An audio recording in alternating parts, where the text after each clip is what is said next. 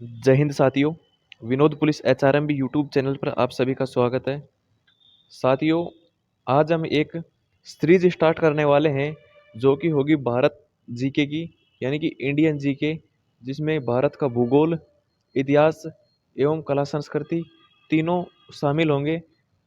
हम इस सीरीज के अंदर प्रत्येक टॉपिक को अलग अलग, यानी कि भूगोल के अलग टॉपिक पढ़ाएंगे, इतिहास के अलग टॉपिक और कला संस्कृति के अलग टॉपिक। प्रत्येक का अलग अलग टॉपिक के हिसाब से अलग अलग वीडियो आएगा। जैसा कि आज ये टॉपिक है, भारत का भूगोल का टॉपिक है। प्रथम टॉपिक, भारत की स्थिति एवं विस्तार। इस टॉपिक के जो भी इम्पोर्टेंट क्वेश्चन बनते हैं वो पूरे सवाल इस वीडियो पे हम कराने वाले हैं। तो आप अंत तक इस क्लास को देखें और आपको अंत में इस क्लास की पीडीएफ भी मिल जाएगी। और जब पूरा सिलेबस कवर हो जाएगा तो आपको एक पूरा पीडीएफ मिल जाएगा। जितने भी क्वेश्चन शुरू से लेकर अंत तक करवाए जाएंगे उनका आप प्रिंट आउट निकलवा सकते हैं। वो प्रिंट आउट के हिसाब से ही हम उन क्वेश्चनों को मैनेज करके आपको प्रोवाइड करवा देंगे। तो आप रोज़ाना इस क्लास में बने रहिए और सभी के साथ शेयर करें। तो हम अपने प्रथम स्लाइड की तरफ चलते हैं।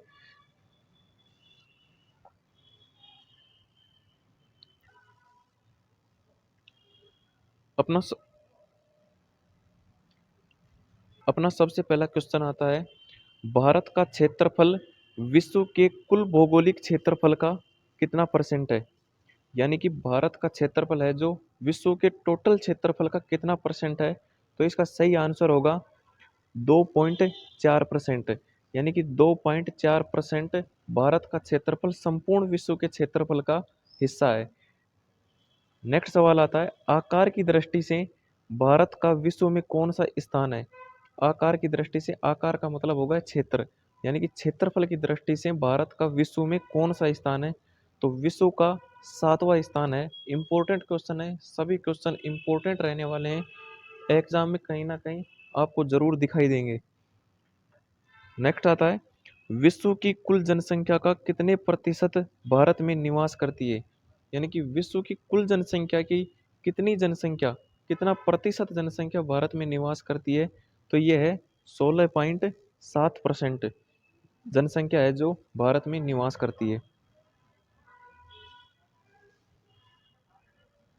भारत का क्षेत्रफल कितना है, यानी कि भारत का टोटल क्षेत्रफल कितना है।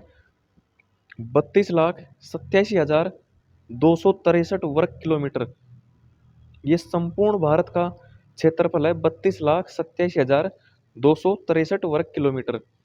नेक्स्ट आता है, भारत की उत्तर से दक्षिण तक की कितनी लंबाई है। यानी कि साथियों, ये बोल रहा है जैसे ये अपना भारत है तो इसकी उत्तर से दक्षिण की लंबाई कितनी है। तो ये है 3214 किलोमीटर।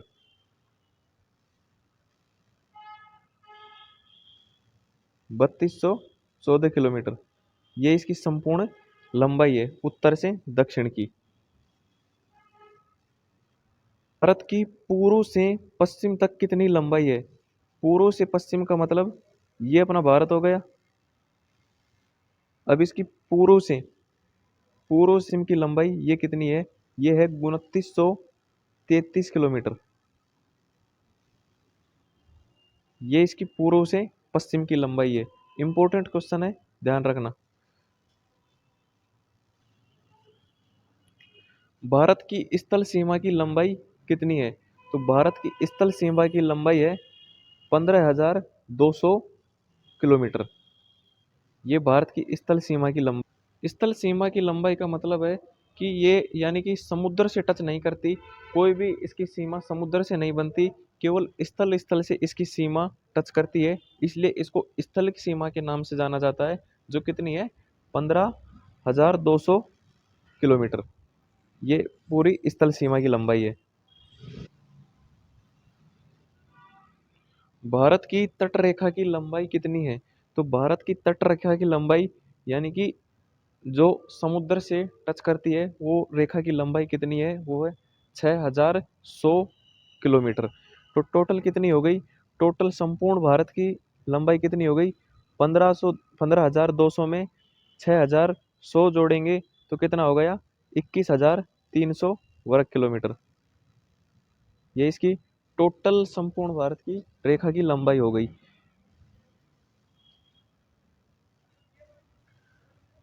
द्वीपों सहित भारत की तटरेखा की लंबाई कितनी है? यानी कि हमने पहले जो ये 6,100 बताई थी, वो थी केवल जैसे अपने जो स्टेट हैं उनके, जैसे कर्नाटक, तमिलनाडु, इनकी सीमाओं, इनमें हमें तमिलनाडु और इनको ही शामिल किया था। उनको शामिल नहीं किया था, अंडमान निकोबार जो द्वीप समूह हैं उनको हमने, लक्षद्वीप को, इनको शामिल नहीं किया था। अब यदि उनकी भी सीमा को यदि माने तो ये टोटल सीमा की लंबाई होगी 7,516.5 किलोमीटर। ये इसकी टोटल तटीय रेखा की लंबाई होगी। नेक्स्ट सवाल आता है, भारत का ध्रुव दक्षिणी भाग भूमध्य रेखा से कितनी दूरी पर स्थित है? यानी कि भारत का ध्रुव ध्रुव दक्षिणी ध्रुव भाग मध्य भूमध्य रेखा से कितनी दूरी पर स्थित है? तो ये 876 किलोमीटर दूरी पर स्थित है। नेक्स्ट आता है, भारत में कितने राज्य समुद्र तट रेखा में स्थित हैं? यानी कि समुद्र तट रेखा से सीमा बनाते हैं, ये कितने हैं? 9 राज्य। 9 राज्य हैं जो भारत की तटीय सीमा पर स्थित हैं, यानी कि वो जल से सीमा बनाते हैं। भारत के किस राज्य की तटरेखा सबसे लंबी है? तो सबसे लंबी तटरेखा है गुजरात की। गुजरात की तटरेखा सबसे लंबी है। नेक्स्ट स्लाइड पर चलते हैं। भारत के किस राज्य की तटरेखा सबसे छोटी है? तो सबसे छोटी है गोवा की। गोवा की तटरेखा सबसे छोटी है और सबसे बड़ी किसकी है? गुजरात की। दोनों इंपॉर्टेंट क्वेश्चन है, ध्यान रखना। इंपॉर्टेंट, अपनी पूरी सीरीज ही इंपॉर्टेंट है। एग्जाम में ऐसे की ऐसे क्वेश्चन छपने वाले हैं, आपको मैं विश्वास दिलाता हूँ। आप बस इन क्वेश्चनों को अच्छे से समझकर याद कर लेना, इन्हीं में से छपने वाला है पूरी टेस्ट सीरीज। ये जितने भी क्वेश्चन हैं इनको मैं पूरा करवाऊंगा यूट्यूब पर बिल्कुल निःशुल्क। आप अंत तक इन क्लासों को लेकर और अपने भविष्य को साकार बना सकते हैं।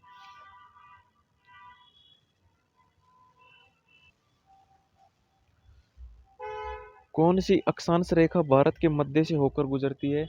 तो भारत के मध्य से होकर कर्क रेखा गुजरती है, जो कि 8 राज्यों से होकर गुजरती है। कर्क रेखा भारत के कितने राज्यों से होकर गुजरती है? ये है 8 राज्य, जो ये ट्रिक के माध्यम से याद कर लेना। गमसा झार मित्र पर गुजरात, राजस्थान, झारखंड, छत्तीसगढ़, मिजोरम, त्रिपुरा, ये लगभग 8 राज्य हैं जिनके मध्य से होकर कर्क रेखा भारत से गुजरती है।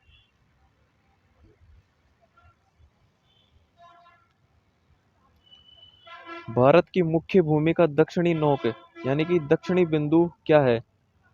दक्षिणी बिंदु यानी कि भारत की संपूर्ण मुख्य भूमिका, इसमें वे द्वीप समूह हैं वो भी शामिल हैं, उन संपूर्ण भूमिका यानी कि दक्षिणी बिंदु कौन सा है? तो वह केप केमोरिन है। और यदि आ जाए भारत की सबसे दक्षिणी बिंदु, मुख्य भूमि ना लगाए, तो इसका आएगा इंदिरा पॉइंट, जो कि तमिलनाडु में स्थित है। और मुख्य भूमि आ जाए तो केप मेमोरिन। ये दोनों क्वेश्चन अलग अलग हैं। और इंदिरा पॉइंट है, यदि मुख्य भूमि पूछे तो उसमें द्वीप समूह भी शामिल कर दिए जाते हैं। और यदि मुख्य भूमि न लगाए तो दक्षिणी बिंदु पूछे सिर्फ, तो इंदिरा पॉइंट आपको जवाब देना है।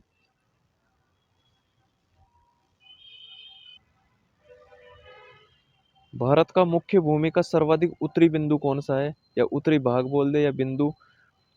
तो भारत का उत्तरी बिंदु है इंदिरा कोल और सबसे दक्षिणी है इंदिरा पॉइंट। भारत का दक्षिणतम बिंदु कहाँ स्थित है? तो भारत का दक्षिणतम बिंदु अंडमान निकोबार द्वीप समूह के अंदर स्थित है। ये आ गया ना, भारत का दक्षिणतम बिंदु कहाँ पर स्थित है? तो ये अंडमान निकोबार द्वीप समूह में स्थित है। भारत की मुख्य भूमि को रामेश्वरम द्वीप से कौन अलग करता है? जो भारत की मुख्य भूमि है उसको रामेश्वर द्वीप से कौन अलग करता है? जो है पम्बन चैनल। पम्बन चैनल के नाम से इसको जाना जाता है।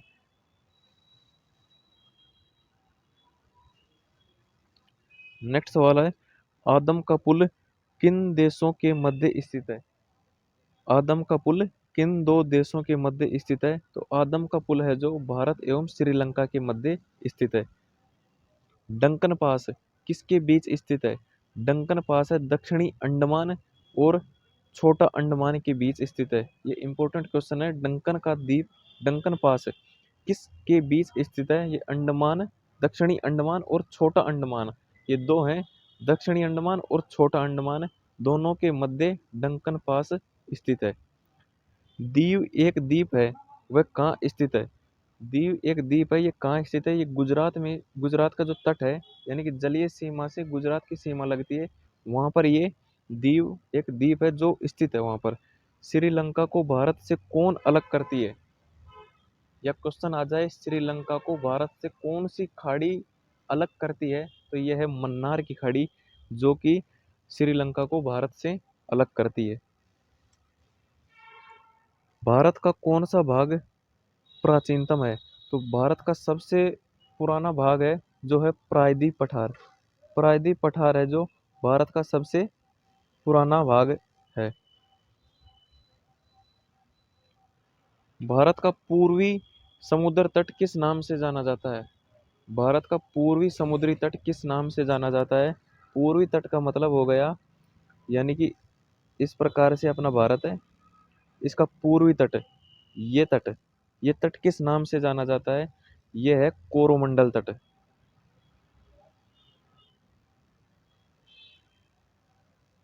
कोरोमंडल, कोरोमंडल तट के नाम से यह जाना जाता है। भारत के पश्चिमी समुद्र तट का उत्तरी भाग, भारत के पश्चिमी समुद्र तट का उत्तरी भाग किस नाम से जाना जाता है?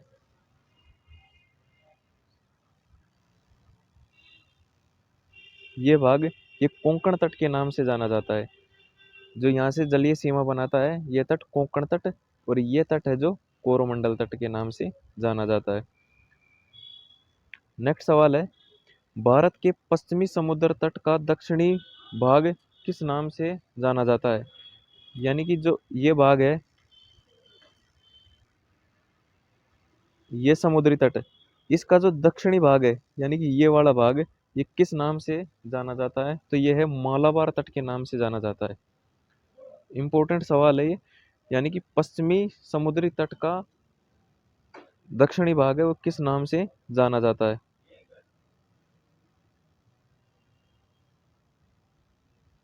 ये मालाबार तट के नाम से जाना जाता है, और उत्तरी भाग है जो कोंकण तट के नाम से जाना जाता है। महाद्वीप किस भूखंड का भाग है? तो ये गोंडवाना लैंड का भाग है। भारतीय जो उपमहाद्वीप है ये गोंडवाना लैंड भूखंड का भाग है। भारत किस गोलार्ध में स्थित है? भारत उत्तरी पूर्वी गोलार्ध में स्थित है।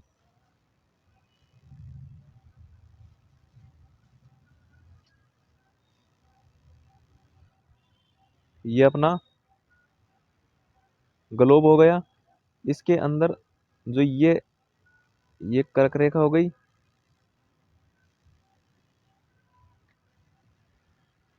तो इसमें भारत किस गोलार्ध में स्थित है? तो उत्तरी, ये उत्तर हो गया, ये दक्षिण हो गया, ये पूर्व हो गया, ये पश्चिम हो गया, ये पश्चिम हो गया। तो उत्तरी पूर्वी, इसके अंदर भारत स्थित है, यहाँ पर ये भारत स्थित है। इंपॉर्टेंट क्वेश्चन है, ध्यान रखना। भारत का सुदूर पश्चिम का बिंदु कौन सा है?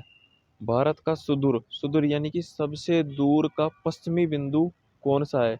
यह है 68 डिग्री 7 मिनट, जो पूर्व गुजरात में स्थित है। ये भारत का सबसे दूर पश्चिमी बिंदु है। शिव समुद्रम किस नदी द्वारा बनाया गया द्वीप है? ये कावेरी नदी के द्वारा बनाया हुआ द्वीप है। भारत की प्रादेशिक जल सीमा समुद्र तट से कितनी दूर, कितने समुद्री झील की दूरी तक है? ये 12 समुद्री मील तक। इस क्वेश्चन में आप करेक्शन कर लेना, ये झील नहीं है, ये मील है, यहाँ पर मील है।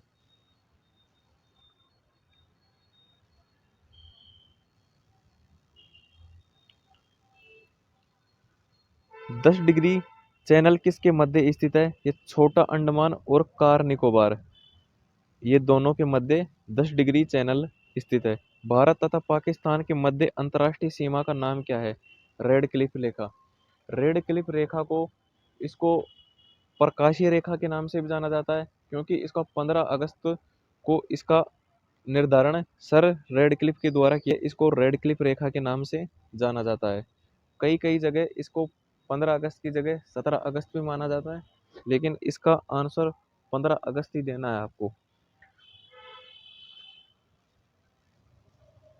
भारत तथा चीन के बीच सीमा बनाने वाली रेखा का क्या नाम है? इसको मैकमोहन रेखा के नाम से जाना जाता है। नेक्स्ट आता है, भारत और अफगानिस्तान के बीच में स्थित अंतर्राष्ट्रीय सीमा को किस नाम से जाना जाता है? उसको डूरंड रेखा के नाम से जाना जाता है। भारत की सबसे लंबी स्थलीय सीमा किस देश के साथ लगी हुई है? तो भारत की सबसे ज्यादा स्थलीय सीमा है जो बांग्लादेश के साथ लगी हुई है।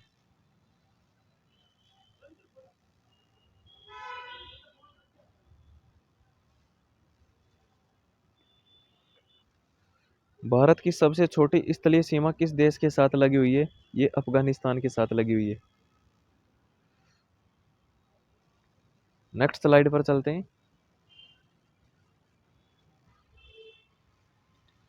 भारत के किस राज्य में थार मरुभूमि स्थित है? तो थार की मरुभूमि, ये तो आपको क्वेश्चन आता ही होगा कि थार की मरुभूमि यानी कि मरुस्थल किस प्रदेश के अंदर स्थित है? ये राजस्थान में स्थित है। भारत का मानक समय कितने डिग्री देशांतर पर आधारित है? तो भारत का मानक समय है जो 82.5 डिग्री पूर्वी देशांतर पर स्थित है। भारत के कुल भूभाग का कितने प्रतिशत भाग पर पर्वत है? तो 11% भाग पर पर्वत स्थित है भारत के अंदर, कुल भूभाग पर। भारत के कुल भूभाग के कितने प्रतिशत मैदानी भाग हैं? तो भारत के 43% भाग पर मैदान स्थित हैं। नेक्स्ट स्लाइड पर चलते हैं। जो भारत के राज्य हैं जो अंतर्राष्ट्रीय सीमा बनाते हैं, उनकी लंबाई कितनी कितनी है? सबसे ज़्यादा किसकी है, सबसे कम किसकी है? ये सवाल है। बांग्लादेश, जो कि अंतर्राष्ट्रीय सीमा सबसे ज़्यादा बनाता है, जो 4096 किलोमीटर बनाता है बांग्लादेश। चीन बनाता है 3000, चीन के साथ भारत की सीमा 3917 किलोमीटर। पाकिस्तान 3310 किलोमीटर। ये एक सवाल है जो कंफ्यूजन रखता है भारत के साथ रेड क्लिफ रेखा। यदि भारत के संदर्भ में पूछा जाए कि रेड क्लिफ रेखा की लंबाई भारत के साथ कितनी लगी हुई है, जो है 3310 किलोमीटर। और यदि राजस्थान के संदर्भ में पूछा जाए तो वो है 1070 किलोमीटर। लेकिन संपूर्ण भारत के, इस भारत के साथ यदि पूछा जाए कि रेड क्लिफ रेखा की लंबाई भारत के साथ कितनी लगी हुई है, वो है 3310 किलोमीटर। ये एक इम्पोर्टेंट क्वेश्चन है, इसको ध्यान रखना आपको। नेपाल के साथ 1052 किलोमीटर, ये सभी किलोमीटर के अंदर हैं। म्यांमार के साथ 1458, अफगानिस्तान के साथ 80 किलोमीटर और भूटान के साथ 517 किलोमीटर ये सीमा बनाते हैं। तो इसमें मुख्य सवाल ये हो गए, सबसे ज़्यादा तो अफगानिस्तान के, सबके ज़्यादा बांग्लादेश के साथ और सबसे कम अफगानिस्तान के साथ सीमा बनाते हैं भारत की स्थलीय सीमा। नेक्स्ट स्लाइड पर चलते हैं। फैक्ट, भारत और पाकिस्तान के बीच अंतर्राष्ट्रीय सीमा का निर्धारण रेडक्लिफ ने किया था, इसलिए इसे रेडक्लिफ के नाम से जाना जाता है। भारत और चीन के बीच अंतर्राष्ट्रीय सीमा का निर्धारण मैकमोहन ने किया था, इसलिए इसे मैकमोहन के नाम से जाना जाता है। और भारत और अफगानिस्तान के मध्य अंतर्राष्ट्रीय सीमा का निर्धारण डूरंड ने किया था, इसलिए इसे डूरंड रेखा के नाम से जाना जाता है। तो साथियों, आज की क्लास अपनी यहीं पर समाप्त होती है। क्लास को अंत तक देखने के लिए thank you. Vinod police HRMB YouTube channel को आपको सब्सक्राइब कर लेना है और सभी के साथ शेयर करना है, और सभी साथी सपोर्ट बनाए रखे। ये सीरीज लगातार चलती रहेगी, आपको एक ना एक दिन आपको सफलता जरूर दिलाएगी। बी पार्ट के अंदर, चाहे वो पटवार का हो, राजस्थान पुलिस का हो, वीडियो का हो या SI का हो, कोई सा भी एग्ज़ाम हो, उसके अंदर ये सीरीज़ आपको बहुत ही फ़ायदेमंद रहने वाली है। और आपको जो भी कोई डाउट हो या कुछ पूछना हो तो आप मेरे से संपर्क कर सकते हैं। व्हाट्सअप नंबर है मेरे 9887 46 57 20, ये मेरे व्हाट्सअप नंबर हैं। आप इन पर मैसेज कर सकते हैं। टेलीग्राम चैनल है, उस पर ये पीडीएफ मिल जाएगी, विनोद पुलिस एचआरएमबी। वहाँ से आप इस पीडीएफ को बाद में पढ़ सकते हैं। थैंक यू, धन्यवाद।